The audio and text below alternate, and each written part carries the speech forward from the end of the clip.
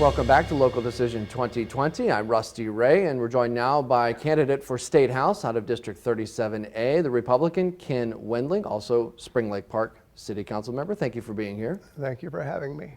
What is this election about? We can say that it's about COVID, but it's not exactly. If not for everything that COVID has brought with it and all the emergency planning and all the emergency spending and all those things, what do you think this election would be about?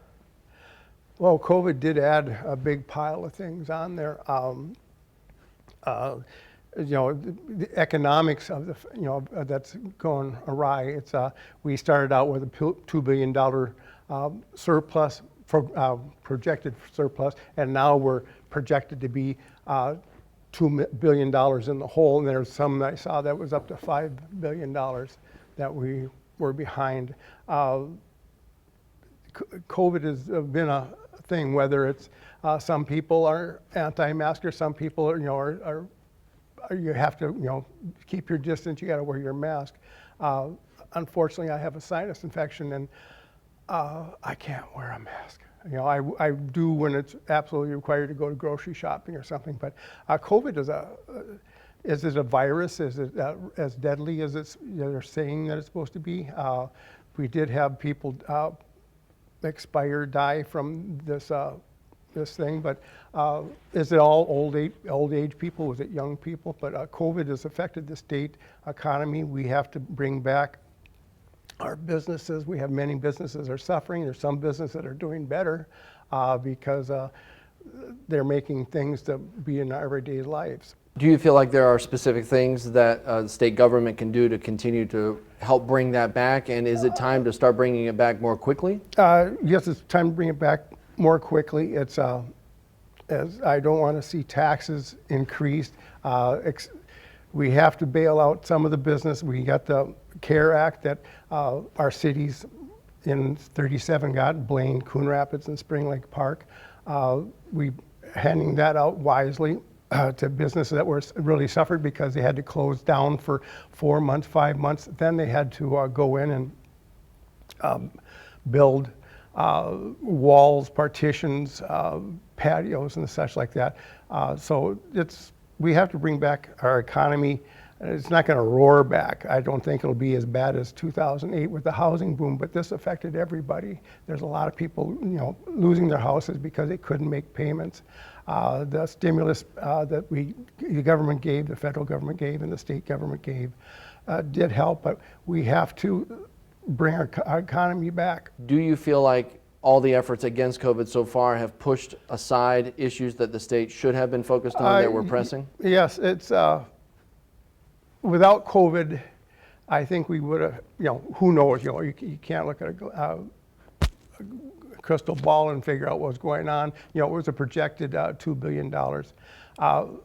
Whether was meets that much, everybody would want to spend it. We have bonding bills that people want to have. No, we have to open up our state. We have to allow churches. I found a church I want to go to. And I want to rejoice with my fellow religious people. And so, no, we have to open it up. We can't close it down. Whether it's the Swedish herd immunity or South Dakota, we have to open up our state again. We got to come back and come back strong, not tax, not increase spending to a ridiculous extent. If you're not going to increase taxes and kind of try to keep spending low, are there adjustments that have to be made in terms of where money is coming from that you can identify? That part I couldn't identify it now because what we need and what's forecasted what we need, whether it's transportation or taking care of elderly people, taking care of the mentally handicapped people. There's all these things we have to meet because the first thing a government has to give is, safety and health. We have to open up our state. We got to make it viable so our businesses can function. I haven't been in contact with leadership of the House of Representatives to tell you what should be done. All I know is what I'm watching from the outside and what I perceive. And right now, I'm scared that things are going to go awry because we're not having enough care putting out to everything. We're, right now it's everybody's fighting, who's right, who's wrong. We have to, start meeting in the middle and doing something. And the only way we can do that is by opening up our state again. With your experience, both on city council and otherwise, a veteran in addition to that, what other kind of experience do you feel lends to you helping do this job that you laid out? One, I like communicating people. I listen to people, whether it's a resident, a constituent, a fellow council person at this time. We communicate. You have to find out which is the best path to follow. If you agree with somebody 100% of the time, I don't think you're that effective. Bright lights. So you can't be 100% effective. You have to do research. You have to have the ability to learn constantly.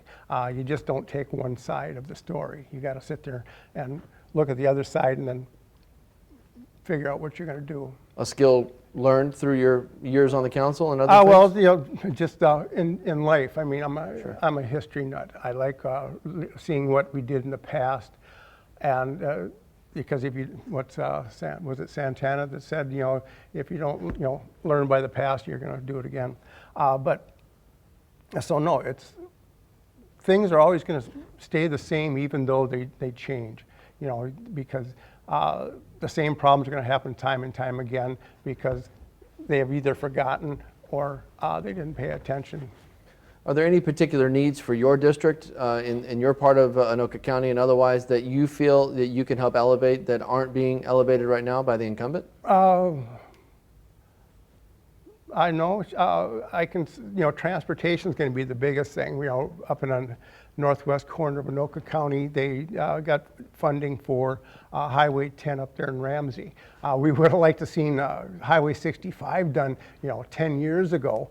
But they keep on doing studies and they keep on coming with plans up past Ham Lake, going to East Bethel. They made the J turns and some other things. And now they're finding out that, at least I think they're finding out that they're not working. So they have to modify those plans. So it's everything's gonna be a learning experience. Unfortunately, things takes time. 35W, when the bridge collapsed, that got done real rapidly. It was a major artery. This Highway 65 is a major artery. You look at the amount of traffic. So traffic is a big thing. Developing in this area, we're growing. Constantly growing. We didn't grow as fast as the southern suburbs, Eden Prairie, Prior Lake and such, and that used to get all the monies, whether it was for highways or county roads, that grew fast. Up here, we grew fast. We have Redneck Junction, Cowboy Junction, up by Foley and Highway 10 years ago. That got improved. So transportation's big. School, that has to be doing something. We're watching the levels go down as far as what education they're getting, and that hurts. So we have to, there's numerous things. I mean, how do you pick one? Education, transportation, mental health is a big thing. The judicial system. There's, it's unbelievable of what has to be done, and we have to take it slow. We have to look at each problem. You just don't throw out an omnibus bill and say, we're passing this in piece. I want to be able to sit there and look at each piece and vote on it.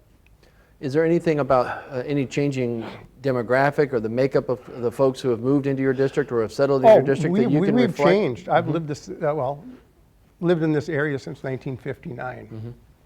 And when Blaine was sod fields, peat fields, junkyards, cattle farms, pig farms.